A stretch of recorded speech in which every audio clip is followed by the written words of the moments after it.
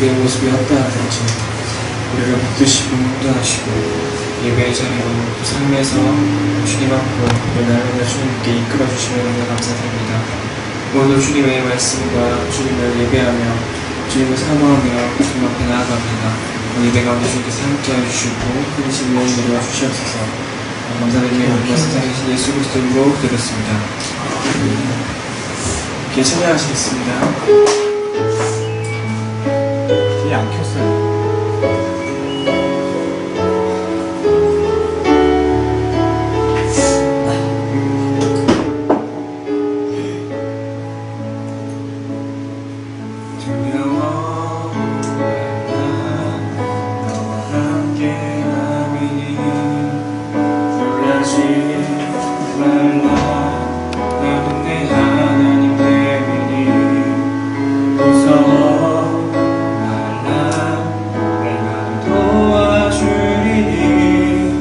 너는 마음에 염려치 말라. 다시 한번 찬양했습니다. 두려워 말라, 두려워 말라. 너와 함께 함이니 놀라지 말라. 나는 내 하나님. 내 무서워 말라, 무서워 말라. 내가 도와주리니 너는 마음에 염려치 말라. 내가 너를 굳세게 하리라. 내가 너를 굳세게 하리라. 내 손으로 너를 꼭 붙잡아 주리라. 내가 너를 의롭게 함이니 너는 마음에 염려치 말라. 다시 한번 처음부터 시작하겠습니다. 두려워 말라, 두려워 말라. 너와 함께 함이니 놀라지 말라. 나는 내 하나님 됨이니 무서워 말라. 내가 도와주리니 너는 마음에 염려치 말라.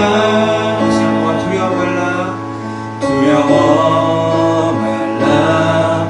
너와 함께 함이니 놀라지 말라. 나는 내 하나님 됨이니 무서워 말라. 내가 도와주리니 너는 마음에 염려치 말라.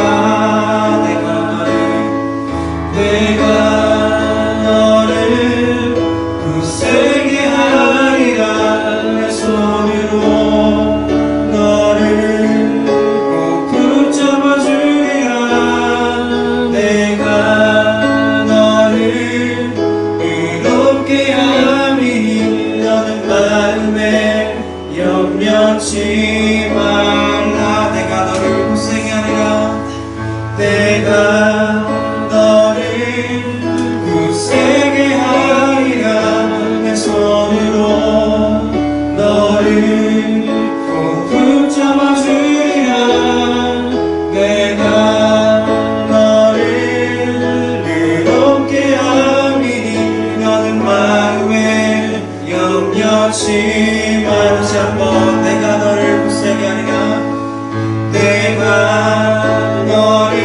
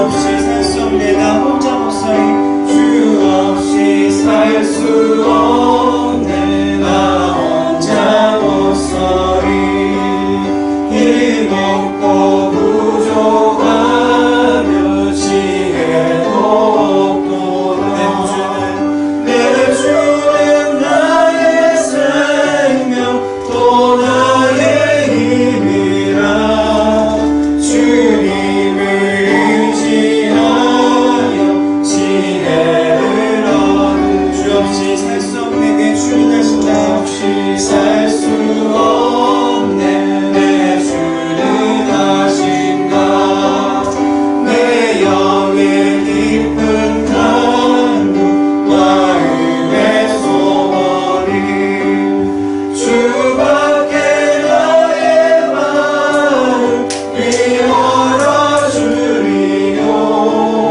내 마음 위로하사 영원히 살 수 없는 주 없이 살 수 없네 세월이 흐르고 이 깊은 고독 속에 내 생명 끝나도 사나운 봄나일 때 날 지켜주시니 내 곁에 계신 주님 사나운 봄나일 때 사나운 봄나일 때 날 지켜주시니 내 곁에 계신 주님 늘 힘이 됩니다.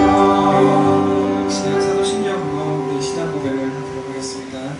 전능하사 죄를 먹으신 하나님의 아버지를 믿사오며 그 아들 우리 주 예수 그리스도를 믿사오니 이는 성령으로 태어나사 본명과 마리아에게 나시고 본디오 빌라도에게 은혜를 받사 십자가에 못 박혀 죽으시고 장사한 지 사흘에 죽은 자 가운데서 다시 살아나시며 하늘에 오사 전능하신 하나님 편에 앉으시사 죄로서 산자와 죽은 자를 심판하러 오시리라. 성령을 믿사오며 공허한 공예와 성도가 서로 교통하는 것과 죄를 사하여 주시는 것과 부흥이 다시는 것과 영원히 사는 것을 믿사옵나이다. 함께 일어나셔서 35장 큰 영화로운 주로 함께 하겠습니다.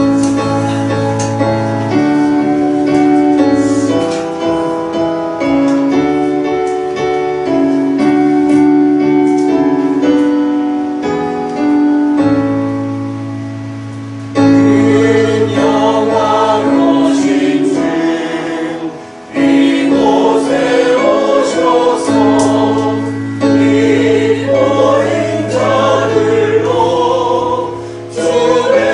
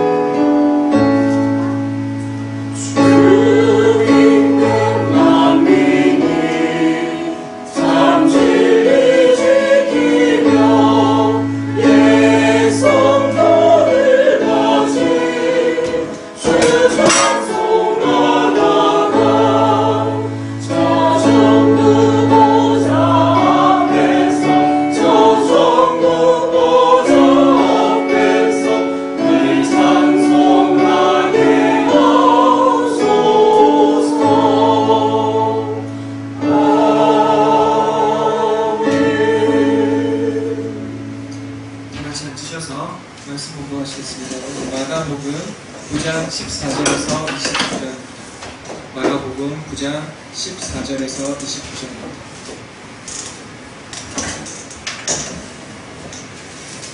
함께 한 절씩 교독하도록 하겠습니다.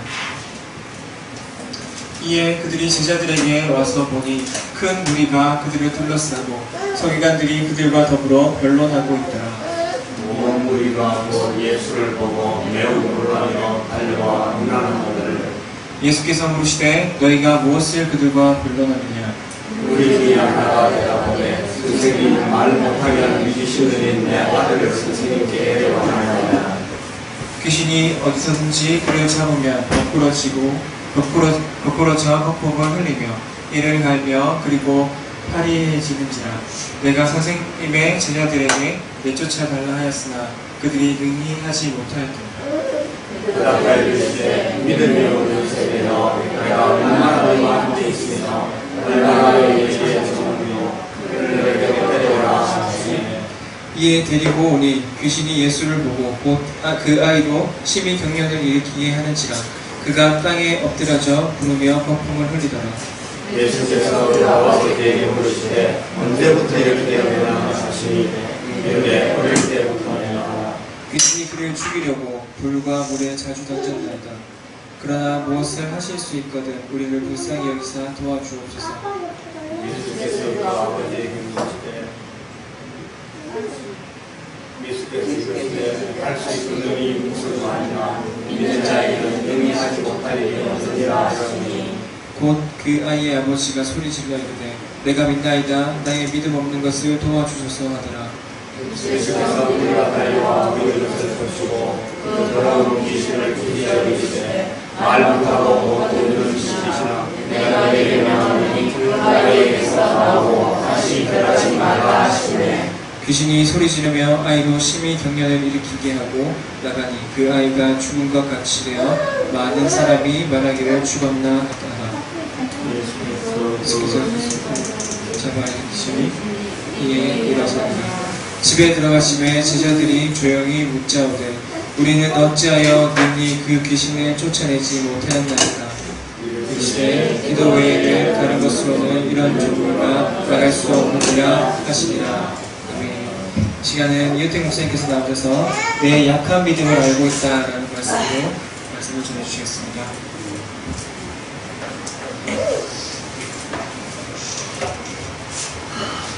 우리는 무엇을 믿습니까? 무엇을 믿어야 하는지 봅시다. 우리 지난 주일에 했던 인사인데 오늘 같은 인사입니다. 우리는 무엇을 믿습니까? 인사. 무엇을 믿어야 하는지 배워봅시다.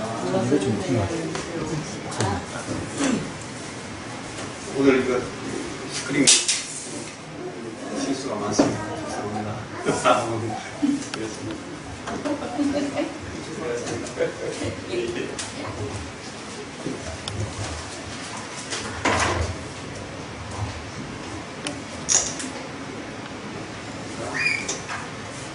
오늘 우리가 마가복음 9장 여러분들이 어떤 분들은 들어 아시는 본문이고 생각도 해보신 본문인데 이 마가복음 9장에 나와 있는 이 아이 귀신 덩어리 되고 기먹은 귀신 아이를 데리고 온 아버지의 그 이야기를 우리가 한번 상고해보도록 하겠습니다. 2시간으로 제가 준비되는데 오늘 제목은 너의 약한 믿음을 내가 알고 있다. 예수님께서 이 약한 믿음을 알고 있다. 그런 부분이고 다음 주에는 하나님에 대한 온전한 믿음이 우리가 알고 이 능력을 체험할 수 있다. 그런 내용을 계속하고 합니다.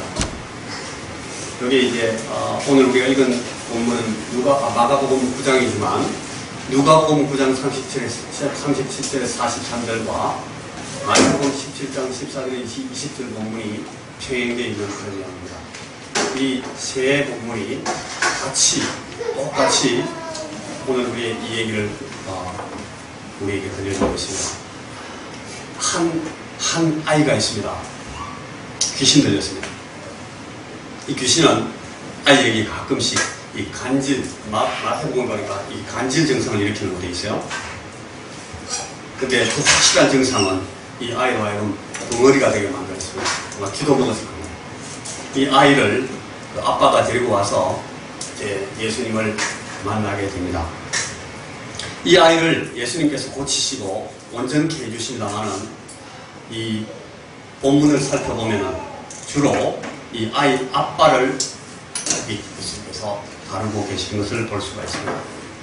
이제 우리가 이런 말씀들을 보면서 우리 이미 상당히 훈련되어 있는데 이 아이 아빠의 입장으로 우리가 생각합니다. 그리고 이 아이 아빠가 어떤 마음으로 예수님을 만나는지, 그리고 예수님은 이 아이 아빠를 어떻게 다루고 계시는지를 우리가 조심스럽게 보면 오늘 우리의 믿음의 문제를 이 본문을 통해서 해결해 보실 수가 있습니다. 여러분, 주님이 이 연약한 믿음을 가진 이 아빠를 만나시고 그의 연약함을 다루고 계신다. 그리고 그 사람의 마음을, 그 사람의 이 심령, 믿음을 바꾸십니다. 그리고 마침내 하나님에 대한 온전한 믿음으로 나가서 참 너무너무 사모하고 기다리던 그런 큰 능력을 체험하게 하십니다. 하나님에 대한 온전한 믿음이 이 능력을 체험하는 근거가 되는 것을 이 얘기가 우리에게 들려줍니다. 오늘은 주님이 우리 연약한 믿음을 알고 계시다. 그리고 주님은 이 연약함을 다루셔서 이 크고 담대한 믿음으로 바꿔주시다 하는 내용을 우리가 잠시 공부할 겁니다. 이 이야기는 아까도 제가 말씀드린 것처럼 세 복음서가 같이 기록하고 있는데 이 세 복음서가 같이 다루는 이야기들이 여러 성경에 있어요. 그렇지만 참 특이한 하나의 이 특징이 이 얘기에 있는데 이 얘기는 마태와 마가와 누가가 똑같이 이 얘기의 그 기록 위치를 세 기록자가 똑같이 만들어놨습니다. 어떻게 되는가면 예수님께서 그 변화산에 올라가셔가지고 변화산상에서 예수님께서 그 변모하신 그 사건 직후에 이 사건이 붙어 있는 거예요. 이렇게 이 순서가 결정이 되어 있는 겁니다. 마태는 그리스도께서 왕으로 오신 사실을 기록했습니다. 그래서 예수님은 왕이시다 하는 그런 시각으로 복음서를 기록해 나갑니다. 마가는 그리스도께서 우리 인간들의 종으로 오신 사실을 이렇게 기록해 나갑니다. 그런 이 관점에서 포커스를 맞춰가지고 예수님의 생애를 이렇게 풀어나갑니다. 그리고 누가는 그리스도께서 이 사람의 아들로 오시지만, 인자로 오시지만 그분은 우리의 구주시다 하는데 이 포커스를 맞추고 있습니다. 그런데 요 세 사람의 다른 포커스에도 불구하고 오늘 이 특정 사건은 똑같이 주님이 변모하신 그 사건 바로 뒤에 붙어 있는 걸로 이렇게 딱 정리가 되어 있는 겁니다. 왜 오늘 우리 본문의 사건이 이 세 기록자들이 동일하게 예수님의 그 변형 사건에 연결돼서 기록하고 있는지라는 것을 저도 이제 최근에 보는데 굉장히 중요한 이유가 있습니다. 이걸 잘 몰랐습니다. 그냥 막 지나치게 왔는데 요 세 복음서의 기록자들이 이 사건을 그런 위치에다가 기록한 굉장히 중요한 이유가 있는 것이 그 뒤에 이제 밝혀지게 됩니다. 여러분, 이 세 기록자들 가운데 아무도 직접적으로는 왜 그렇게 기록하고 있는지, 왜 이 사건을 거기에 붙이는지를 설명하지 않습니다. 그런데 우리에게 주는 이 메시지는 너무나 분명하고 아주 깊은 의미를 갖기 때문에 제가 이걸 지금 여러분들에게 딱 짚어놓고 나가는 겁니다. 그러면 이번에도 여러분들이 이 계시를 품은 사건 자체를 스토리텔링 형식으로, 이야기하는 형식으로 한번 쭉 재구성하면서, 그러니까 마가복음을 본문 읽은 것에다가 마태복음과 누가복음의 진술들을 이렇게 보태가지고 한번 쭉 이야기를 해보겠습니다. 이 마가복음 기사가 제일 상세하고 생생하게 기록되어 있기 때문에 이 마태복음과 누가복음을 옆에 보태는 걸로 그렇게 지금 제가 설명을 하는 겁니다. 예수님과 제자들이 팔레스틴 북쪽에 있는 갈릴리 지방의 큰 높은 산 헬몬산이라고 되어 있습니다. 헬몬산 그 인근 지방에서 몇 가지 중요한 이 사건을 치르고 계십니다. 이 헬몬산은 보통 우리가 변화산이다 그렇게 이름하는 그 높은 산입니다. 이게 변화산에 대해서 어떤 신학자들은 그 타볼산이다 그렇게 주장하는 사람들도 있고, 또 보통 이렇게 헬몬산이다 이렇게 생각하는데, 저는 이 헬몬산 쪽으로 마음이 기울어져서 그 헬몬산이라고 해석하는 쪽으로 저는 섭니다. 그건 굉장히 중요한 것이 아닌데, 하여튼 높은 산에 올라갔다. 성경은 그렇게 기록하고 있습니다. 그 산 아래쪽에 어떤 기슭에서 무슨 사건이 있는가 하면, 베드로가 그 유명한 신앙 고백을 내놓습니다. Who do you say I am? 나를 너는 누구라고 하느냐? 그때 이 베드로가 주는 그리스도시요 살아계신 하나님의 아들이시다, 그런 고백을 합니다. 이 베드로가 이 고백을 내놓을 때에 주님은 이제 드디어 또 하나의 단계가 이제 왔구나 해서 주님이 그들에게 제자의 길, 자기를 부인하고 십자가로 나가는 그런 이 자신의 모범적인 섬김에 대해서 설명하면서 제자도를 가르치기 시작하십니다. 그리고 그 일이 있은 지 성경에 보니까 엿새 후에, 6일 후에 엿새가 지나서 예수님께서 이 베드로와 제임스, 야고보와 그리고 요한 이 세 사람을 데리시고 높은 산에 올라가셔서 그들 앞에서 이제 변형되십니다. 이 트랜스피그레이션, 성경에서는 영어 성경에서는 트랜스피그레이션이라고 말하는데, 이게 이제 어떻게 말하면 변모라고 설명해야 되고, 또 좀 더 좀 신학적인 그런 그 뜻을 의미를 가미하면은 이 변용, 우리 한글말로 한자말로 변용됐다 그렇게 설명해야 될 필요가 있는데, 우리 그냥 변형으로 하겠습니다. 예수님께서 이 변형되시는 것을 이 제자들이 그렇게 보고 하게 됩니다. 이 시내산 호렙에서 하나님이 이스라엘 백성들을 만나서 언약의 율법을 주시고, 그 백성을 당신의 백성, 이 맏아들 백성으로 맏아들 나라로 세우시던 것처럼, 오늘 이 높은 산 주님은 사람의 모습으로 이룰 수 있는 가장 완전하고 거룩한 모습으로 나타나십니다. 그래서 거기에 모세, 구약의 이 거룩한 율법을 대표하는 모세와, 그리고 모든 신령한 계시와 예언들을 대표하는 이 엘리야, 이 두 사람을 대동하시고 거기에 나타나십니다. 그래서 그분들이 무슨 얘기를 하시는가 하면, 이 세 분이 예수님께서 곧 이제 예루살렘에 올라가셔가지고 거기서 결시하신, 십자가를 지시고 고난당하셨다가 결시하신 그 사실에 대해서 이 세 분이 말씀을 나누는 것을 보게 됩니다. 그리고 다시 예수님께서 거기서 이제 내려오십니다. 남아있던 제자들에게로 예수님께서 내려와서 보니까 그 제자들 중심으로 되어 있는 그 무리들 사이에 많은 사람들이 쭉 들어서 있습니다. 그런데 거기에 이 서기관들이 있어요. 율법사들입니다. 당시 이 성직 공무원들인 이 사람들과 이 제자들 사이에 막 토론이 벌어졌어요. 아마 이 얘기들, 분위기를 보니까 제자들이 막 지금 스세에 몰리고 있습니다. 서기관들이 말빨이 막 힘을 얻고 있고. 그 사람들이 이 예수님이 그 옆에 이제 내려오시는 걸 듣고 보니까, 예수님 오셨네 해가지고 사람들이 우르르 저렇게 몰려오네요. 그리고 사람들이 몰려오니까 예수님께서 물으시죠. 야, 뭘로 그렇게 변론하고 있어? 굉장히 심각하게 얘기하고 있는데 뭘로 알로가 붙어 있는 거야? 예수님께서 물으셨어요. 그때 그 무리들 가운데 있던 사람 하나가 앞으로 나와서 예수님께 말합니다.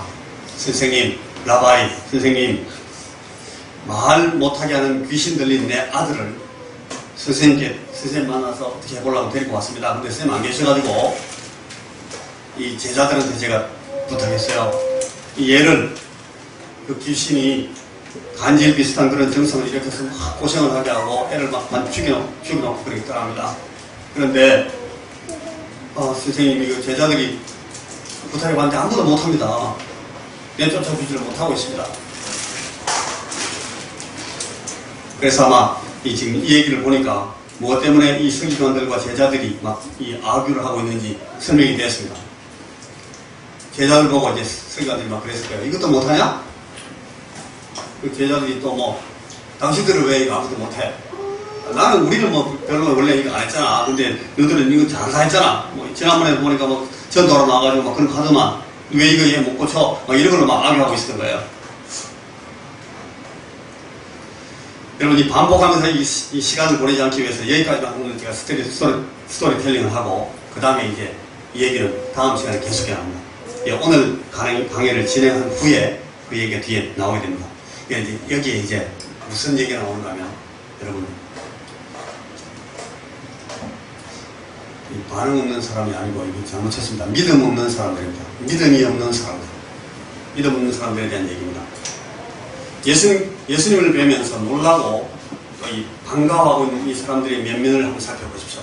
거기 어떤 그룹의 사람들이 있는지 한번 살펴보시기 바랍니다. 단적으로 말해서 이 곤란한 지경에 처한 아이, 이 고통을 당하면서 부서지고 망가져 있는 이 소년을 위해서 아무것도 할 수 없는 사람들, 전혀 손을 쓸 수가 없고 도움되지 못하는 사람들만 거기 웅성웅성 모여 있는데, 믿음으로 해결할 문제를 앞에 두고 있다고 한다면 이 사람들은 전부 전혀 믿음이 없거나 아니면 거기 믿음이 아주 연약한, 거의 믿음 없는, 혹은 이 믿음의 싸움, 이 괴롭히는 악한 영과의 이 대항전에서 무기력하게 당하고 있는 그 루즈들, 이 패잔병들만 거기 웅성웅성 모여 있는 겁니다. 비참하고 부끄러운 사람들입니다. 무기력하고 무능해서 참 옆에서 보기에도 안쓰러운 그런 사람. 예수님께서 말씀하십니다. 믿음이 없는 세대. 여러분, 여기에 이 믿음 없는 세대를 대표하고 있는 그룹의 사람들을 한번 보십시오. 제일 먼저 누가 보입니까? 그게 서기관들이 있습니다. 이 사람들은 공인된 종교인들입니다. 공인된 믿음의 사람들입니다. 말하자면 오늘날 목사, 장로, 원사, 집사, 전도사, 이런 사람들. 누구나, 저분들은 신앙에 대해서, 믿음에 대해서 뭔가 좀 알겠구나. 우리에게 뭔가 말씀해 줄 수 있겠구나. 라고 기대할 수 있는 그런 사람들입니다. 이 사람들은 자기들이 영적 싸움에서 패배당한 패자라고 생각하지 않았을 가능성이 많습니다. 이 서기관들은. 원래 이 사람들은 늘 그렇게 말로 막 변명하고 피하고 하는 사람들이니까. 복음서에서 전체 이 서기관들을 그렇게 보여주고 있어요. 자기들은 직접 여기 상관 있는 사람들이 아니라고, 자기들 책임 분야가 아니라고 이런저런 이유를 대면서 자기들도 지금 아주 바쁘게 진리를 찾고 있다, 이렇게 설명하는 사람들. 오늘도 마찬가지야. 능력 없는 게 왜 내 책임이냐? 당신들은 무슨 권세로 우리한테, 내게 그런 걸로 막 들이대는 거야. 왜 내가 꼭 예수를 당신처럼 믿어야 된다고 강요해?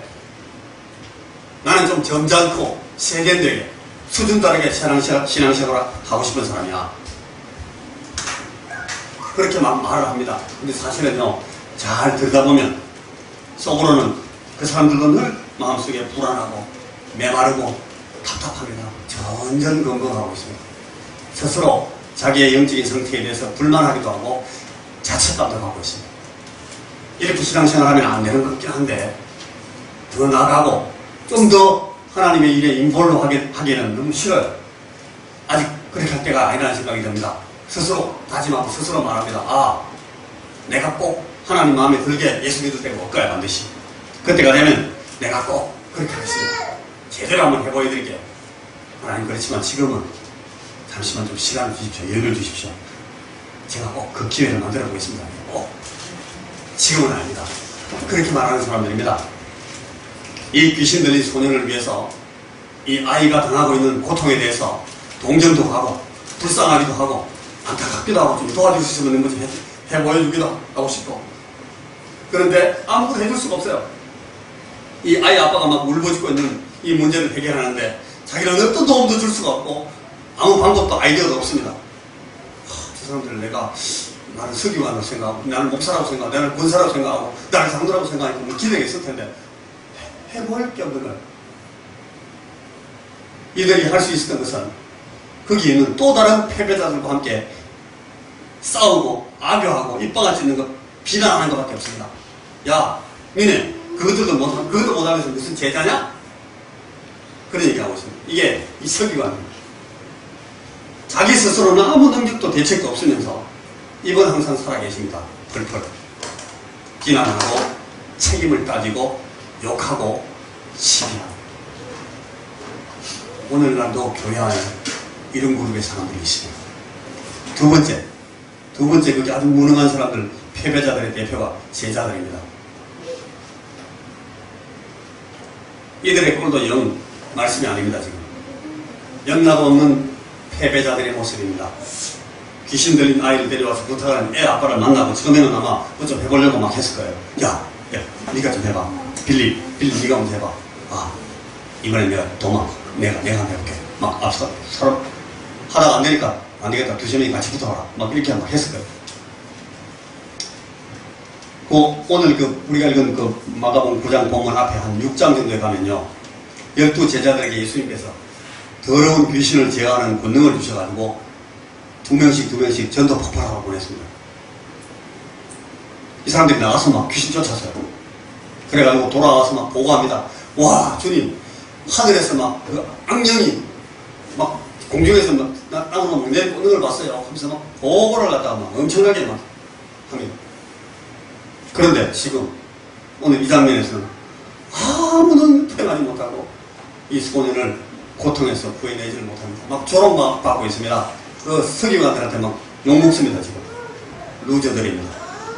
패자들이고 패배자들의 이 실패자들의 모습으로 서 있습니다. 뒤에 나오는 표현을 말하자면 믿음의 싸움에서 무기력하게 밀려난 사람들. 세 번째 보니까 그 소년의 아버지도 있습니다. 여러분, 이 사람, 소년의 아버지, 이 아빠가 얼마나 많이 애썼겠습니까? 저는 이 아버지의 마음을 조금 압니다. 저도 아버지이기 때문에. 이 아들을 고치기 위해서 이 아빠가 알고도 해보지 않은 다른 일이 있었겠습니까? 아마 자기를 희생하고 이 자기 목숨을 드리면, 자기 목숨을 바치면 이 아이를 이 귀신에게서 해방시킬 수 있다. 그런 보장이 있었으면 이 아버지는 단연코 자기 목숨을 버렸을 겁니다. 아무 방법이 없는, 완전히 무기력한, 방법 없는 패배자입니다. 자, 네 번째 또 있습니다. 거기는 소년 본인, 이 아이 자신입니다.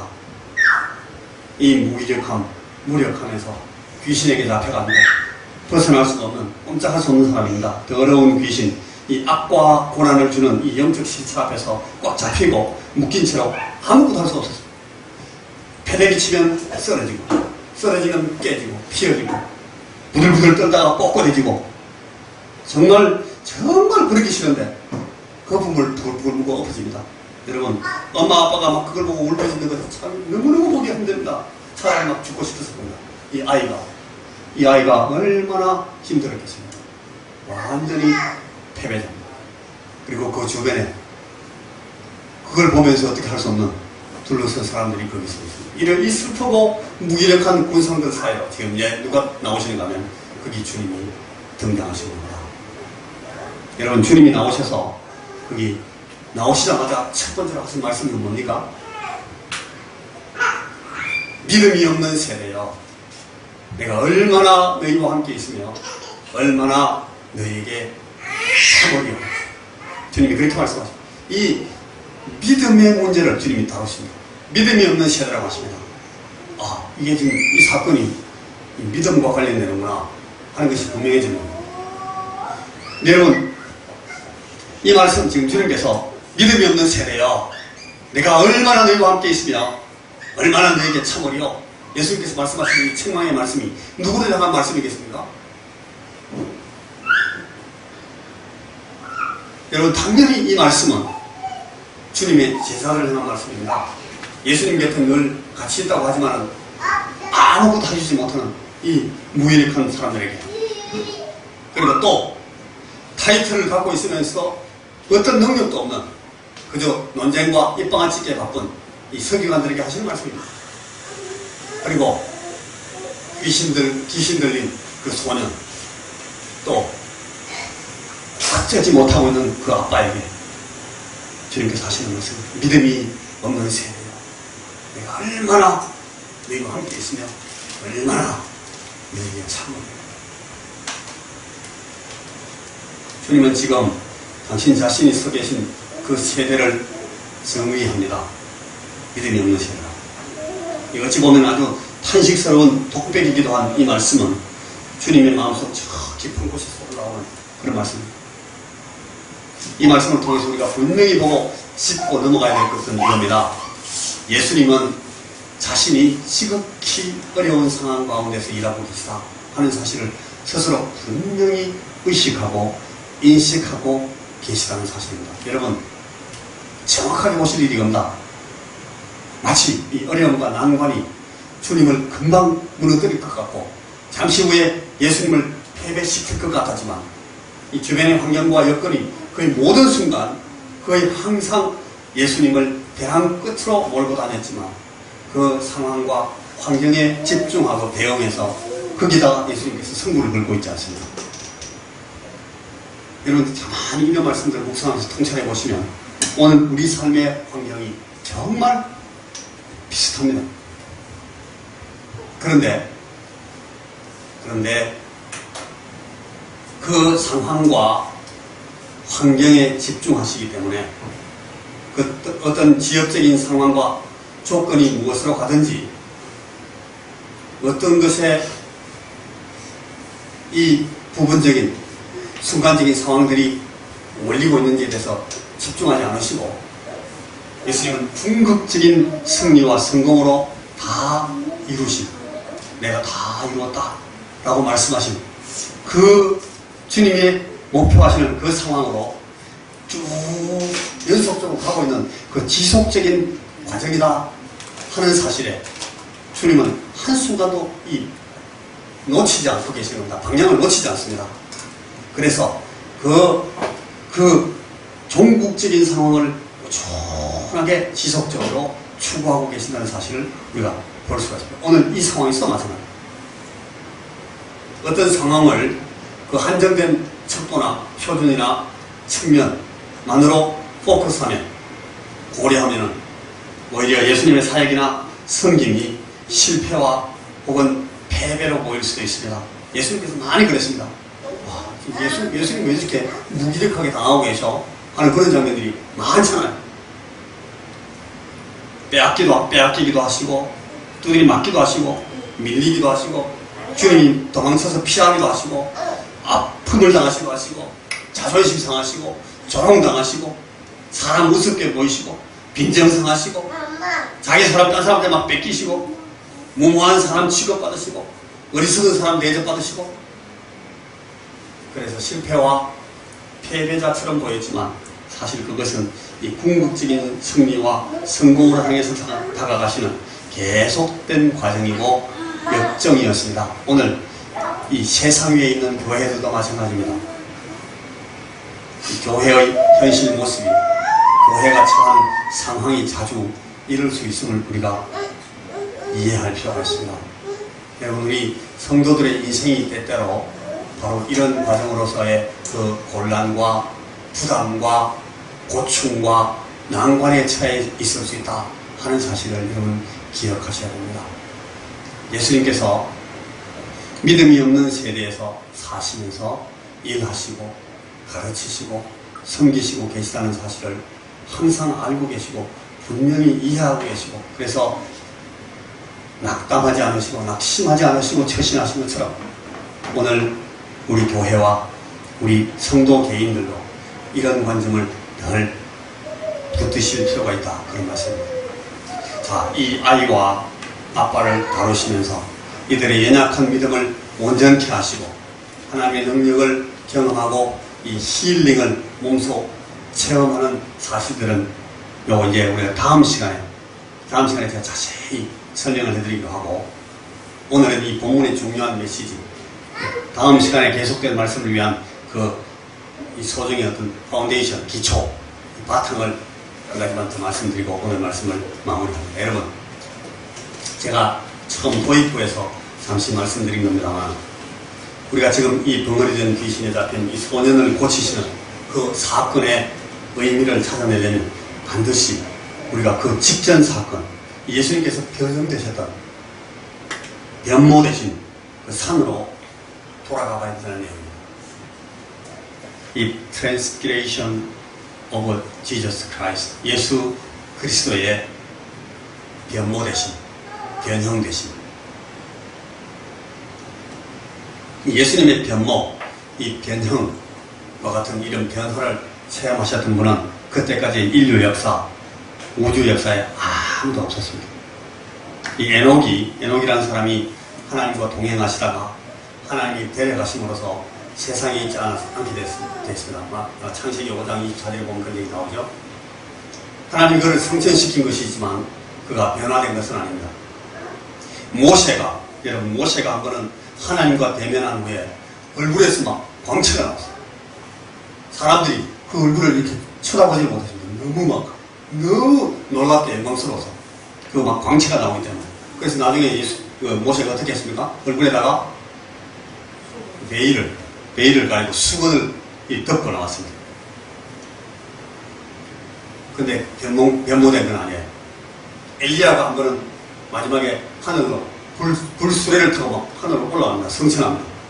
그게 트랜스피그레이션 된 건 아니에요.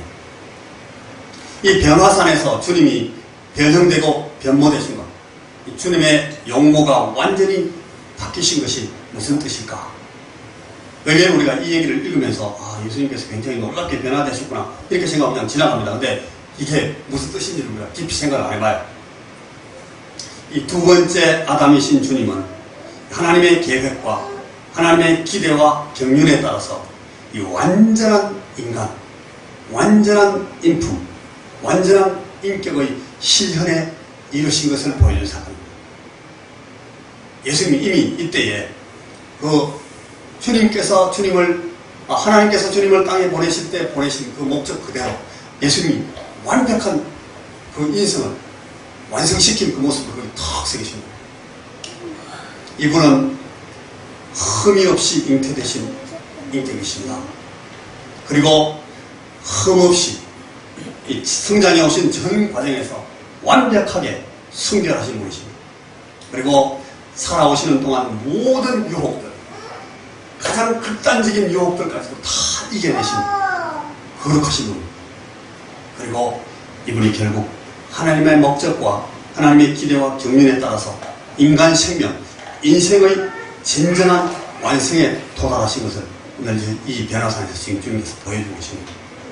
주님은 그러니까 당신 자신이 원하셨다면 고난과 죽음을 거치지 않고도 얼마든지 하나님 나라의 생명 속으로 들어가시고 또 돌아가실 수 있는 그런 분이 되어 계십니다. 그 사실을 이게 보여주고 있습니다. 산에 올라가셨다. 높은 산에 올라가셨다. 변화산에 올라가셨다는 사실의 의미가 최소한 이런 것이라는 사실을 우리가 여기서 확인해보고 지나가야 돼요. 여러분, 근데 이분이 이 무리들 가운데 믿음이 없는 세대 가운데로 다시 내려와서 아까 말씀하신 그 영광스러운 그 완벽한 모습에서 거기 머물지 않으시고 내려와서 이 믿음 없는 세대 가운데 내려오셔서 거기 서 계십니다. 그 가운데 주님은 지금 다시 고난당하시고 또 죽임당할 수 있는 그 형태와 그 모습으로 돌아와 계신 것입니다. 지금 우리 가운데 오시고 우리 인생들의 눈에 보이는 이분은 그 높은 산 위에 그 변화되신 그 완벽함에 들어가 계신 그분이 아닌 겁니다. 주님은 지금 하나님의 큰 목적, 자신이 기쁘게 순종하시는 그 목적을 이루시려고 그 산에서 다시 내려오신 겁니다. 산에서 주님은 모세와 엘리야와 더불어 대화하시면서 머지않아 예루살렘으로 가셔서 거기서 겪게 되실 일을, 이 세상을 별세하실 그 일에 대해서 말씀을 나누셨습니다. 산 위에서 주님은 완벽한 승리와 완벽한 인간성의 실현이라는 그 영광 가운데 계시지만 산 위에 머물지 아니하시고 골짜기를 향해서 다시 내려오셨습니다. 하나님의 이 only child, 하나님의 그 독생하신 아들, 독생자 이 예수님은 그 아들 되심, sonship 영어로죠. 이 아들 되심 안에서 하나님의 목적을 실현하신 유일한 분이십니다. 그런데 이 하나님의 독생자께서 지금 어떤 부실하고 망가지고 패배한 사람의 귀신 들린 독생자를 마주하고 서 계십니다. 누가복음 9장 38절에 이 얘기가 그대로 나와요. 내 독생한 아들입니다. 내 외아들입니다. 이 아버지한테는요, 딸도 없고 다른 아들도 없어요. 이 하나밖에 없어요. 독생자예요. 하나님의 독생자가 지금 이 부실한 독생자 앞에 마주 서 계십니다. 높은 산에 오르셨지만 완벽한 인간성을 달성하신 분이시지만 스스로 결심하시고 자기를 낮추셔서 낮은 골짜기로 믿음 없는 세대, unbelieving generation, 믿음 없는 세대를 향해서 내려오신 분이십니다. 주님 자신의 완전함과 완벽함을 당신 자신의 인생, 이 땅에 오셨던 그 예수님 자신을 위해서 이용하지 않습니다. 주님은 자신의 완벽함을 자신을 위해서 사용하지 않습니다. 당신의 하나님 되심이라는 그 신성을 그렇게 하셨던 것처럼 이 인간성의 완벽함, 완성됨이라는 것도 스스로 비우시고 부인하시고 골짜기로 내려오십니다. 여러분, 이 사건이 이걸 보여주는 것입니다. 그러니까 어떤 면에서 이 변화산에 올라가신 것이 중요한 것이 아니고, 오늘 우리가 이 복음서의 이 흐름을 잘 보면 그 변화산이 그렇게 높은 이유는 이 내려오는 이 골짜기로 내려오셔야 됐기 때문에 그런 겁니다. 그 얘기를 하시기 위해서 지금 하나님, 주님은 그 높은 산에 올라갔었던 얘기를 하십니다. 믿음의 주요 온전케 하시는 분이십니다. 그런데 그분은 골짜기에 내려오셔야 만날 수 있는, 산에 올라가기는커녕 산 아래에 접근하는 것도 허용되지 않았던 그 죄와 허물밖에 없는 사람들, 그죠? 이스라엘 백성들 보고 가까이 다가오지 마라, 너 다가오면 다 죽는다, 하나님 그렇게 하시잖아요. 우리가 꼭 그런 사람들입니다. 허물과 죄로 죽어있는 이 사람들을 만나시고 그들을 터치하시고 그들을 치료하시기 위해서, 그들을 트윗하시기 위해서 다시 내려오시는 겁니다. 이것이야말로 우리를 구원하시는 그리스도의 능력의 영원한 비결이라고 오늘 이 얘기가 우리에게 보여주고 있습니다. 이게 정명입니다. 우리를 향하신 자비로우신 의도와 자발적인 구속주로서의 그 헌신을 보여주는 그런 아주 정부로서의 얘기입니다. 높은 산이 주님의 죄 없으신 완전성을 증거하는 것이었다면, 여러분, 이 골짜기는 온전히 헌신되신 구속자를 증거하는 모습입니다. 왜 주님 지금 골짜기로 내려오십니까?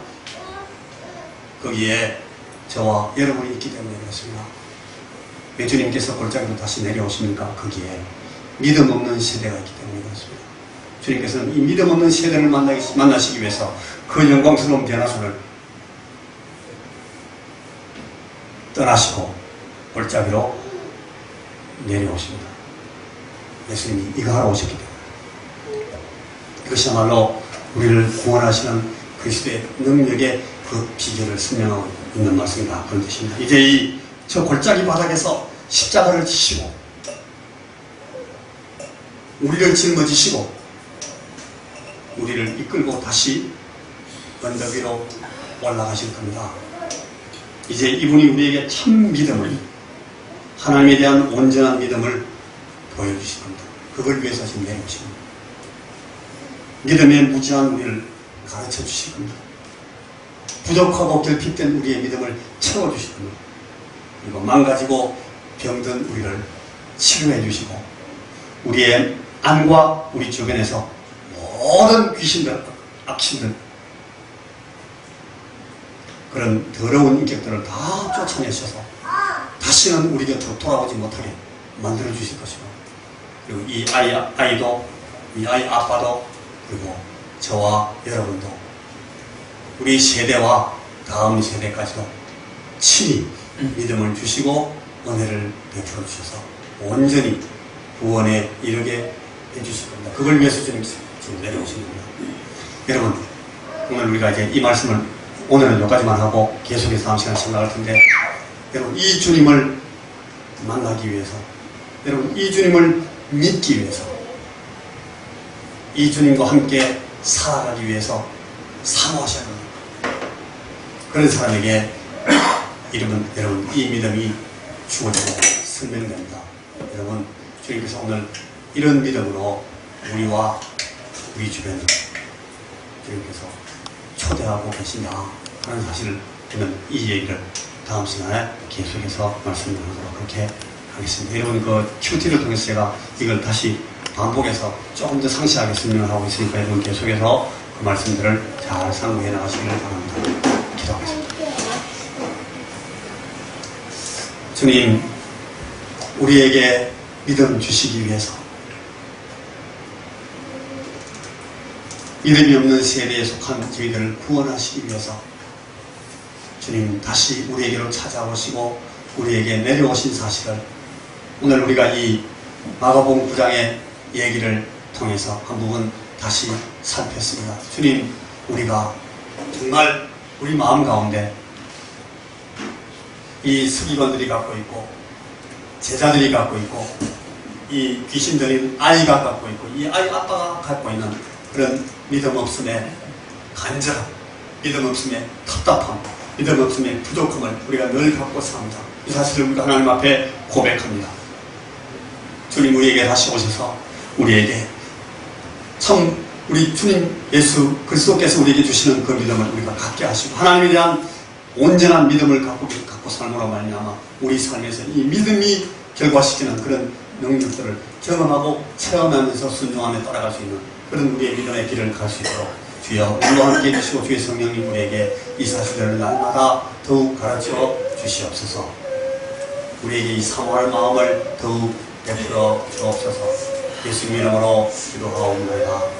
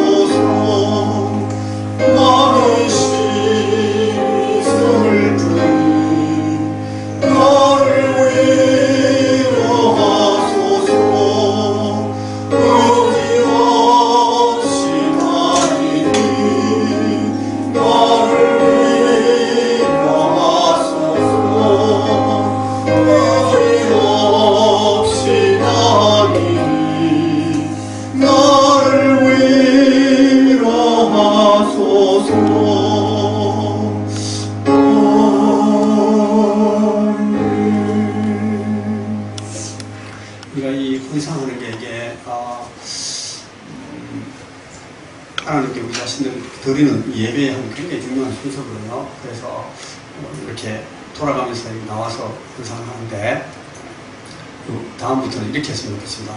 우리가 헌상할 때는 마지막 찬송할 때 가능하면 일어서서 하고 싶고 헌상하시는 분이 이걸 받으면 저 뒤에 그냥 딱 서 계십시오. 서 계시고 제가 먼저 헌상 기도를 같이 하고 나서 여러분들 같이 우리가 이 대표만 드리는 것이 아니고 우리가 전체 같이 드리는 거니까 들으신 분이 저기 딱 서 계시다가 다 우리가 기도하고 난 뒤에 저한테 이렇게 전달해 주셨습니다. 그러면 우리가 같이 올려드리는 걸로 이렇게 하겠습니다. 이거 여러분 헌금에 대해서 목사들은 이렇게 어떤 분들은 막 참 잘 가르치고 하는데 저는 헌금 얘기하는 걸 참 굉장히 원래부터 두려워하는 목사입니다. 그래서 잘 안 하는데 이게 너무너무 중요한 한 가지 원리가 뭔가는 이게 이제 예배입니다. 예배. 예배의 가장 중요한 하나의 대표적인 순서이기 때문에 주님, 내가 내 삶을, 내 인생을 하나님 앞에 올려드리는 표시로 내 생명의 한 흔적을, 한 부분을 주님 앞에 가져왔습니다. 그런 예배의 행위니까 이 헌상할 때마다 늘 그런 이 정신을 꼭 기억하시면서 우리 자신을 드리는 마음으로 헌상해야겠습니다. 자, 일어서 같이 기도하겠습니다. 하나님, 이 시간 우리가 아버지 앞에 나와서 고개 숙여서 절하면서 하나님 앞에 고백합니다. 내 인생이 하나님의 것입니다.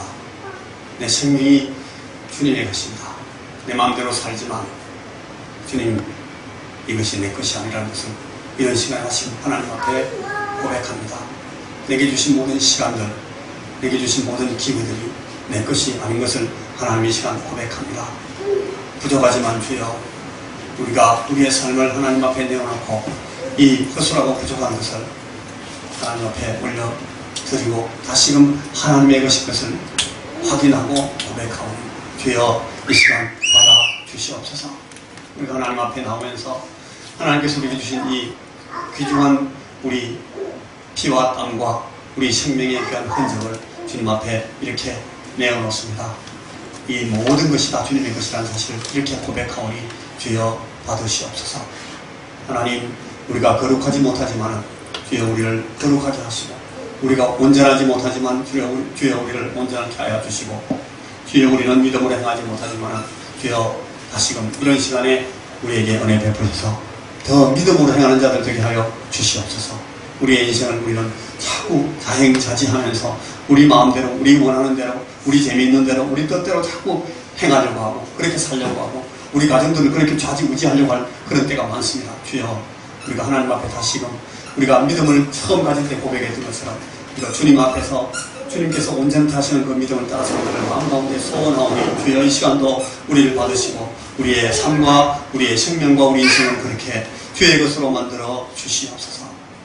하나님, 우리에게 연약함이 많고 우리에게 부족함이 많은 것을 이 시간도 주님께 사랑하여 보시고 우리의 이 연약함을 하나님의 그 영광스러운 것으로 채워서 강하게 하시고 우리의 부족하고 결핍된 것을 그 하나님께서 가지신 그 풍성함과 풍부함으로 강력함으로 우리를 붙들어 주셔서 온전케 하여 주시고 채워 주시옵소서.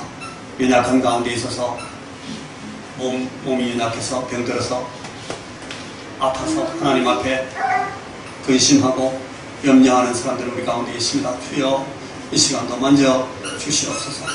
주님, 오늘 주님 앞에 나와서 기도할 때에 처음으로 입을 열면서 우리가 생각했던 그 우리 주변에 있는 연약한 자들이 또 있습니다. 주님이여, 이 시간 저들의 이름을 불러주셔서 아버지 하나님 주의 은혜로 저들을 치유하시고 이 시간 온전케 하여 주시옵소서. 불쌍히 여겨 주시옵소서. 그래서 우리의 연약함과 우리의 부족함 때문에 하나님께 우리가 드리는 우리 인생의 예배가 실패하지 않도록 하나님 붙들어 주시고 그 하나님의 그 영광스럽고 온전하심으로 우리를 온전케 하시고 영광스럽게 만들어 주시옵소서. 우리가 우리 자신들을 다 주님 앞에 드리는 아름다운 예배로 드리길 원하오니 주여, 이 예배를 거두어 주시옵소서. 하나님, 우리 교회가 지금 아직 연약하기 때문에 여러 가지로 부족한 가운데 있습니다.